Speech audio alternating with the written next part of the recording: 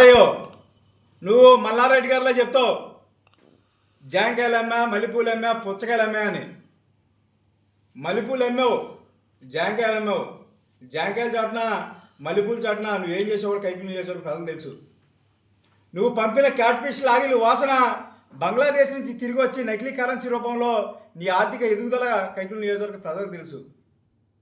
42 సంవత్సరాల సుదీర్ఘ కాపుల చరిత్ర తర్వాత నియోజకవర్గంలో కాపులు ఎమ్మెల్యే అయ్యే అవకాశం వచ్చిందని ఆనాడు అందరూ కూడా కాపు సామాజిక వర్గం 90% పైగా ఒంటి దాటి మీదకి వచ్చి నిన్ను ఎమ్మెల్యేగా చేస్తే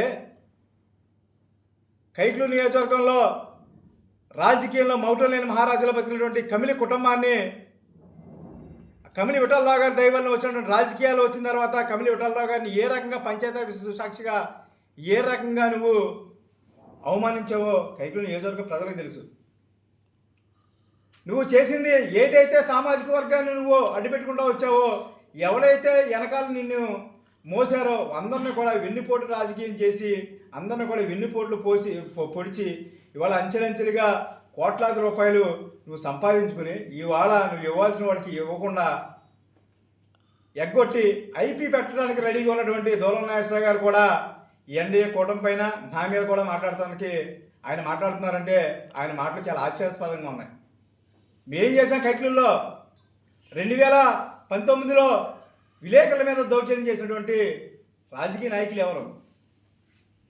ఎంతో పవిత్రంగా ఏదైనా అవమానం జరిగితే పోలీస్ స్టేషన్కి వెళ్తే ఆ పోలీస్ స్టేషన్లో మనకు న్యాయం జరుగుతుందన్న పోలీస్ స్టేషన్కి వెళ్తే ఆ పోలీస్ స్టేషన్లోనే నీ అనుచరులతో ఎవడైతే నీ చెంచా మమ్మల్ని అన్నా కదా ఆకు రౌడీలని నువ్వు పెంచి పోషించినటువంటి రౌడీలు పోలీస్ స్టేషన్లో ఎస్ఐ సాక్షిగా పంచాయతీ సాక్షిగా ఒక విలేకరులు కొట్టించి ప్రయత్నం చేసావు. బడుగు బలహీన వర్గ సామాజిక వర్గాలు ఎంతో చిన్న స్థాయి నుంచి పెద్ద స్థాయికి ఎదిగినటువంటి ఒక గౌడ సామాజిక వర్గానికి చెందినటువంటి వ్యక్తులు కూడా నువ్వు కైక్లూరులో పోలీస్ స్టేషన్ సాక్షి కొట్టించలేదు దూలం నాగేశ్వరరావు గారు. ఏదైతే నీ ఎన్నికల ముందు జయమంగళ వెంకట్రావు గారిని కానీ దురదాష్ట కవుల్లో కౌగులించుకుని నువ్వు ఎన్నికల్లో పోటీ చేసావు కదా మన 2024లో నువ్వు ప్లేనర్ సాక్షి సీనియర్ గాడి జయమంగళ వెంకట్రావు గారి మీద ఏ మాటలు మాట్లాడావు? అదేవిధంగా రాజశేఖర రెడ్డి జయంతికి వర్ధంతికి నువ్వు మాట్లాడేవాడు కదా డాక్టర్ కామినేని శ్రీనివాస్ గారి మీద. అసలు డాక్టర్ కామినేని శ్రీనివాస్ గారు మీద మాట్లాడేవంటే హక్కు కానీ అసలు మాట్లాడే ఇది కానీ నీకుందా? నువ్వు కమిలి విఠలరావు గారు పంచాయతీ ఆఫీస్ దగ్గర నగర పంచాయతీ చేస్తానని చెప్పాను చేయాలనే ఉద్దేశంతో గ్రామ సభ పెడితే ఆ గ్రామ సభకి ఏం చెప్పాను? డాక్టర్ కామినేని శ్రీనివాస్ గారు 690 కోట్ల రూపాయలతో 2014 నుంచి 19 దాకా 690 కోట్ల రూపాయలతో మేము అభివృద్ధి చేసామని చెప్పాను. ఆనాడు ప్రతి ఊరిలో గ్రామాల్లో 140 గ్రామాల్లో ఫ్లెక్సీ వేసాం. 4 రెట్లు ఇదే దూలం నాగేశ్వరం జాంకాయలు దూలం నాగేశ్వరం 4 రెట్లు నేను అభివృద్ధి చేసి చూపిస్తానని చెప్పి ఏం చేసావు అభివృద్ధి? నువ్వు చేసిన అభివృద్ధిని చెప్పనా? కొల్లేటిగౌడ పెద్దిలమ్మ సాక్షిగా నన్ను నా కుటుంబాన్ని రాజకీయంగా అంతం చేయాలని నువ్వు సంకల్పం కలిపావు. అప్పట్లో జనసేన పార్టీ అదేవిధంగా ప్రతిపక్ష పార్టీలను గొంతెత్తితే దాన్ని ఏదో రకంగా దాన్ని మసిపూసి మారడిగా చేయాలి, నీ కొల్లేటిగౌడ అభివృద్ధికి పూనుకున్నానని చెప్పావు. ఒక మండపం కట్టావు కదా, ఆ మండపం తాలూకు నువ్వు సుమారుగా కలెక్ట్ చేసినటువంటి డబ్బులు 9 కోట్ల రూపాయలు.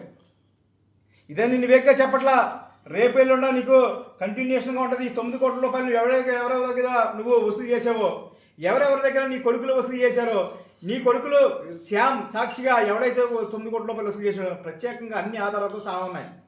నేను రేపొద్దు టెక్స్లు ఏర్పాటు చేయబోతున్నా కైక్లూరు నియోజకవర్గ వ్యాప్తంగా. కైక్లూరు నియోజకవర్గ దూలం నాగేశ్వరరావు బాధితుల సంఘం అధ్యక్షుడిగా దూలం నాగేశ్వరరావు గారి తాలూకు 2014 నుంచి 19 వరకు ఎవరైతే బాధితులు ఉన్నారో మీరందరూ కూడా బయటికి వచ్చి దూలం నాగేశ్వరరావు గారి ద్వారా ఎటువంటి ఇబ్బందులు పడ్డారో, ఏ రకంగా మిమ్మల్ని ఇబ్బంది పెట్టి ఒక చెరువు తవ్వుకోవాలంటే ఎన్ని లక్షల రూపాయలు డబ్బులు వసూలు మీ దగ్గర అన్యాయంగా వసూలు చేశాడో అవన్నీ మనకు చెప్పండి. నా దగ్గర కొంత సమాచారం 90% నా దగ్గర సమాచారం ఉంది. మిగిలిన 10% సమాచారంతో ఖచ్చితంగా నేను కూడా ఒక వినూత్న కార్యక్రమానికి శ్రీకారం చుట్టి మన కైక్లూరు మన రాజకీయం డిఎన్ఆర్ చేసినటువంటి దొంగ రాజకీయాల పేరుతో ప్రతి శుక్రవారం కూడా ఒకరోజు పత్రికా సమావేశం ఏర్పాటు చేసి దూలం నాగేశ్వరరావు తాలూకు ఆయన చేసినటువంటి అన్యాయాల అక్రమాలు కూడా బయటపెట్టాలని సంకల్పించడం జరిగింది. దీని తాలూకా అంటే దూలం నాగేశ్వరరావు గారు ఆయన గడిచిన అధ్యాయం కదా దూలం నాగేశ్వరరావు గారి తాలూకు. దూలం నాగేశ్వరరావు కరోనా మనకి ఎంత ప్రమాదకరమో, కరోనా వస్తే మనకి ఎంత ప్రమాదమో మనం అందరం చూసాం. అటువంటి కరోనా కంటే ప్రమాదకరమైన వ్యక్తి దూలం నాగేశ్వరరావు. అయ్యా దూలం నాగేశ్వరరావు గారు, కరోనా మొదలైన కాడి నుంచి కరోనా చివరి వరకు ముఖ్యమంత్రి సహాయ నిధి పేరుతో కరోనాతో నువ్వు వసూలు చేసినటువంటి డబ్బులు ముఖ్యమంత్రి సహాయ నిధికి అని చెప్పి 9 కోట్ల రూపాయలు పై మాట. నువ్వు జగన్మోహన్ రెడ్డికి ఇచ్చింది ఎంత? నువ్వు ప్రతిరోజు నువ్వు పెట్టిన స్టేట్మెంట్లే మా దగ్గర ఉన్నాయి. నేను మాట్లాడేదాంటి వేగ్గా మాట్లాడాలి, ప్రతిదీ కాగితం పూర్వకంగా మాట్లాడదామనే ఉద్దేశంతో ఉంది. అవసరమైతే కదా ఇవి ఏదైతే చాలా ప్రదంగా వినాయకుడిని చాలా పూజిస్తావు కదా, ఆ వినాయకుడి దగ్గరికి శ్యామలమ్మ వారి గుడిలో నేను మొన్నే చెప్పా, ఒక నెల 15 రోజుల క్రితం, శ్యామలమ్మ గుడి సాక్షిగా వినాయకుడి గుడి దగ్గర మనం సత్యప్రమాణం చేత రెడీగా ఉన్నాం. నీలో చిత్తశుద్ధి ఉంటే, నువ్వు నిజమైన నాయకుడు అయితే, నిజమైన వ్యక్తిత్వం నీ దగ్గర ఉండి నిజంగా నిక్కచ్చని నాయకుడు అయితే శ్యామలమ్మ వారి గుడికి టైం నువ్వు చెప్పినా పర్లా, నేను చెప్పినా పర్లా. ఇప్పుడు శ్యామలమ్మ వారి గుడి కాదు, అవసరమైతే నీ ఇంటికి రావడానికి, నీ ఆఫీస్కి రావడానికి కూడా సిద్ధంగా ఉన్నా. ఏదో డబ్బులు ఉన్నాయి కదా, నలుగురు వెనకాల తిరుగుతున్నారు కదా, రౌడీ రాజకీయాలు చేద్దాం కదా అంటే ఇది కుదరదు దూలం నాగేశ్వరరావు గారు.